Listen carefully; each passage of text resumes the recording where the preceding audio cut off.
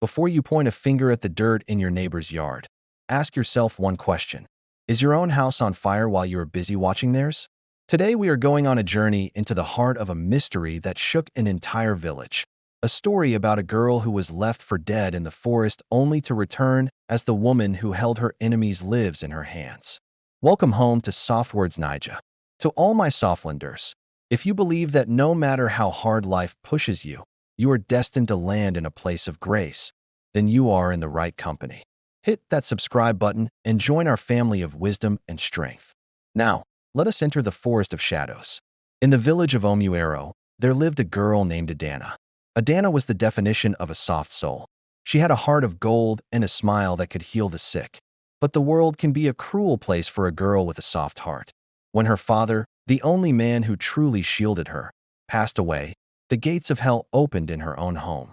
Her stepmother, Mama Ego, and her stepsister, Chitara, had spent years hiding their jealousy. They hated the way the villagers spoke of Adana's kindness. They hated the way her father looked at her with pride. The moment the earth covered Adana's father, they stripped her of her dignity. She was moved from her bedroom to the kitchen floor.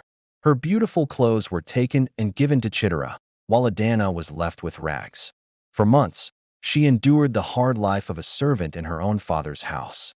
But Mama Ego wanted more than her labor. She wanted her gone. She believed that as long as Adana lived, the spirit of her father's favor would remain. One midnight, under a cold, moonless sky, Mama Ego dragged Adana to the village boundary. She hissed that Adana's father was gone, and so was her place in that house. She told her to let the forest spirits be her family and warned that if she ever saw her face in Omuero again, the earth would drink her blood. With nothing but the clothes on her back and a heart shattered into 1,000 pieces, Adana was pushed into the blackness of the midnight woods. Hours passed in the forest. Every shadow looked like a monster, and every rustle of a leaf sounded like a predator. Adana's feet were bleeding, and her spirit was fainting.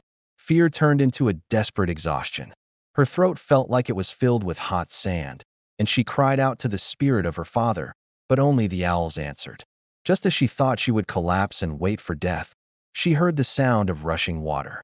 She stumbled upon a river that didn't look like any she had seen before. The water pulsed with a strange, silver light, reflecting the stars above. Driven by a thirst that surpassed her fear, Adana knelt at the bank. She bathed her face and her soul in that mystery water. As the liquid hit her throat, a fire raced through her veins. It wasn't the fire of pain, but the fire of rebirth. She felt her bones shift and grow strong. She felt her skin tighten and glow like polished mahogany. When she looked at her reflection in the silver water, she let out a cry of pure shock. The frail, broken girl was gone. In her place stood a woman of breathtaking beauty, bold, radiant, with a curvy, royal silhouette that commanded the very air around her. Her hair was long and thick, and her eyes held the depth of the midnight sky. The river had washed away the servant and birthed a queen. Adana traveled far, eventually settling in the distant kingdom of Obodoakwu. She took a new name, Lolo, and lived with a quiet, mysterious grace. She worked hard, and soon, her beauty and her business grew. But it wasn't just her looks. It was the soft power she carried. Admirers came from every corner of the world, merchants, warriors, and chiefs, offering gold and titles, but she refused them all. She was waiting. She waited until the day the crown prince of her own original home, Prince Kalechi, came to Obodoakwu. The moment he saw Lolo, he forgot his mission. He had no idea that this magnificent woman was the same tattered girl who used to sweep the marketplace in his own village.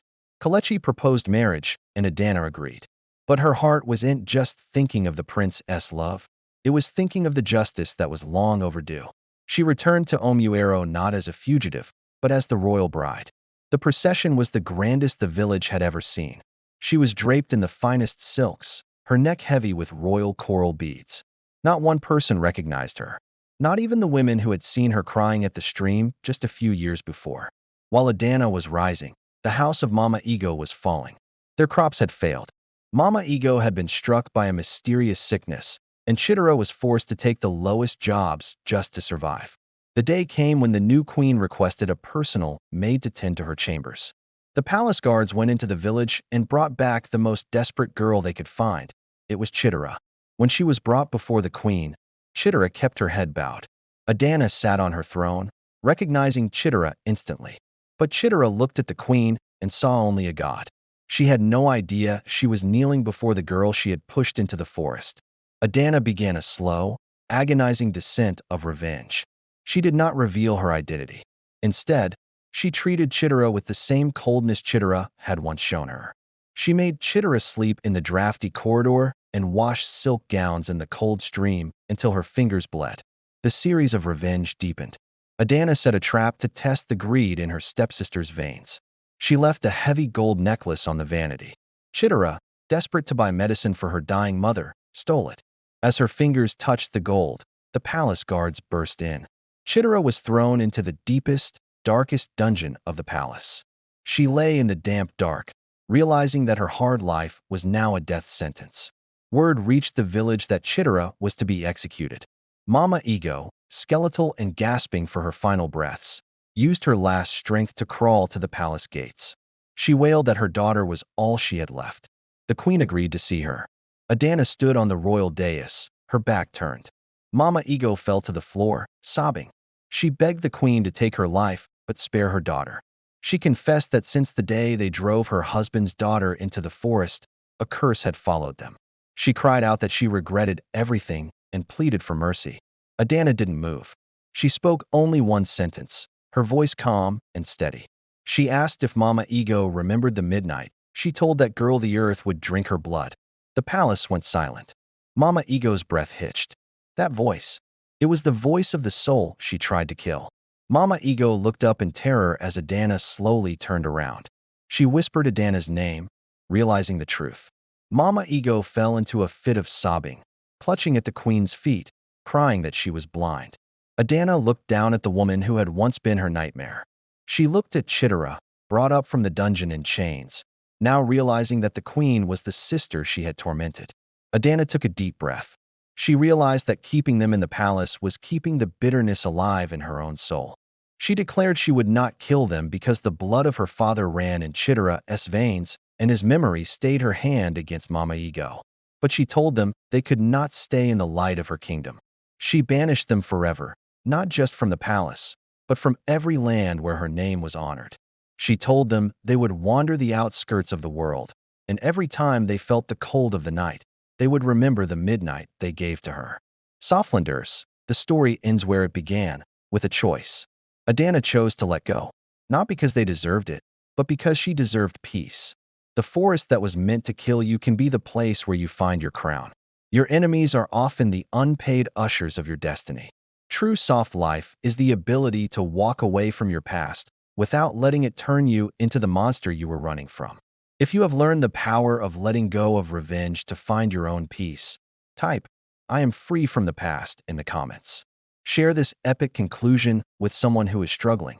Subscribe to Softwords Naija as we continue to tell the stories that heal and build the soul.